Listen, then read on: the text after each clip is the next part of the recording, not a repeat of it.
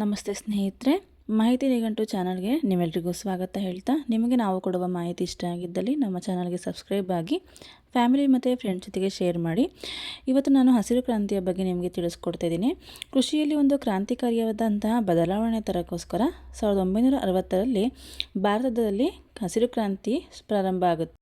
ಹೆಚ್ಚಿನ ಇಳುವರಿಯನ್ನು ನೀಡುವಂತಹ ಬೀಜಗಳ ಸಂಶೋಧನೆ, ರಸಗೊಬ್ಬರಗಳು, ಕೀಟನಾಶಕಗಳು ಮತ್ತು ನೀರಾವರಿ ಪದ್ಧತಿಗಳನ್ನು ಬಳಸಿ ಆಹಾರ ಧಾನ್ಯಗಳನ್ನು ಗಣನೀಯವಾಗಿ ಹೇಗೆ ಉತ್ಪಾದನೆಯನ್ನು ಹೆಚ್ಚಿಸೋದು ಅನ್ನೋದು ಇದರ ಒಂದು ಮುಖ್ಯ ಉದ್ದೇಶ ಆಗಿರುತ್ತೆ.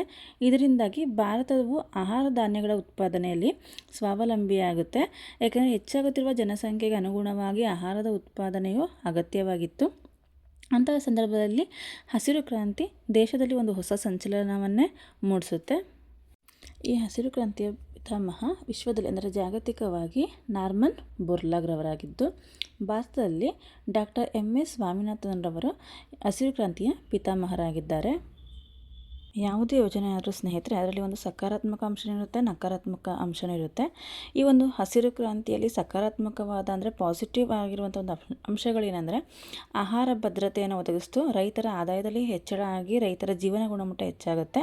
ಆಹಾರ ಧಾನ್ಯಗಳನ್ನು ನಾವೇನು ಬೇರೆ ದೇಶದಿಂದ ಆಮದು ಮಾಡ್ಕೊತಿದ್ವಲ್ಲ, ಅದು ಕಡಿಮೆ ಆಗಿ ನಮ್ಮ ದೇಶದಲ್ಲಿ ನಾವು ಉತ್ಪಾದನೆಯನ್ನು ಹೆಚ್ಚಿಸ್ಕೊತೀವಿ.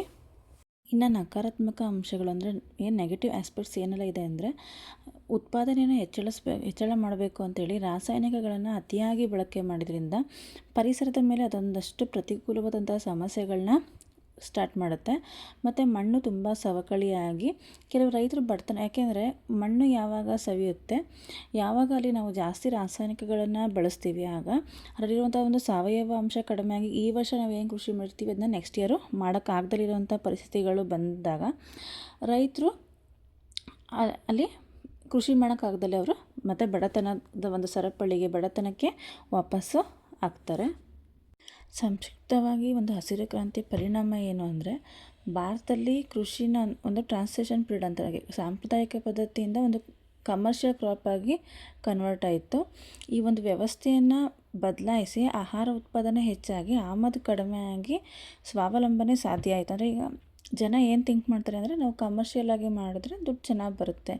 ಆದರೆ ಆರೋಗ್ಯದ ಬಗ್ಗೆ ಅಷ್ಟಾಗಿ ಯಾರು ಗಮನ ಹರಿಸಲಿಲ್ಲ. ಹೆಚ್ಚು ರಾಸಾಯನಿಕಗಳನ್ನು ಬಳಸೋದು ಸ್ಟಾರ್ಟ್ ಮಾಡಿದರು. ಒಂದು ಕಡೆ ನೆಗೆಟಿವ್ ಆಗಿ ಅದು ಪರಿಣಾಮನ ಬೀರ್ತಾ ಹೋದರೆ, ಇನ್ನೊಂದು ಕಡೆ ಪಾಸಿಟಿವ್ ಆಗಿ ಪರಿಣಾಮ ಬೀರ್ತಾ ಹೋಗುತ್ತೆ. ಈ ರೀತಿಯಾಗಿ ಯಾವುದೇ ಒಂದನ್ನು ನಾವು ಹೇಗೆ ತೊಗೊತೀವಿ ಅನ್ನೋದ್ರ ಮೇಲೆ ಡಿಪೆಂಡ್ ಆಗುತ್ತೆ ಅಲ್ವಾ. ಇದಿಷ್ಟು ಹಸಿರು ಕ್ರಾಂತಿಗೆ ಸಂಬಂಧಪಟ್ಟಂಥ ಮಾಹಿತಿ ಆಗಿತ್ತು ಸ್ನೇಹಿತರೆ. ಇದಿಷ್ಟು ಒಂದು ಮಾಹಿತಿಯಲ್ಲಿ ನಿಮಗೆ ಒಂದು 2ರಿಂದ 3 ಅಂಕಗಳಂತೂ ಖಂಡಿತವಾಗ್ಲೂ ಸಿಗುತ್ತೆ. ನೀವು ಒಂದು 2-3 ಎಕ್ಸಾಮ್ಗೆ ಪ್ರಿಪೇರ್ ಆಗ್ತಿದ್ರೆ ಒಂದಲ್ಲ ಒಂದು ಪ್ರಶ್ನೆಗಳು ಬರುತ್ತೆ. Thank you.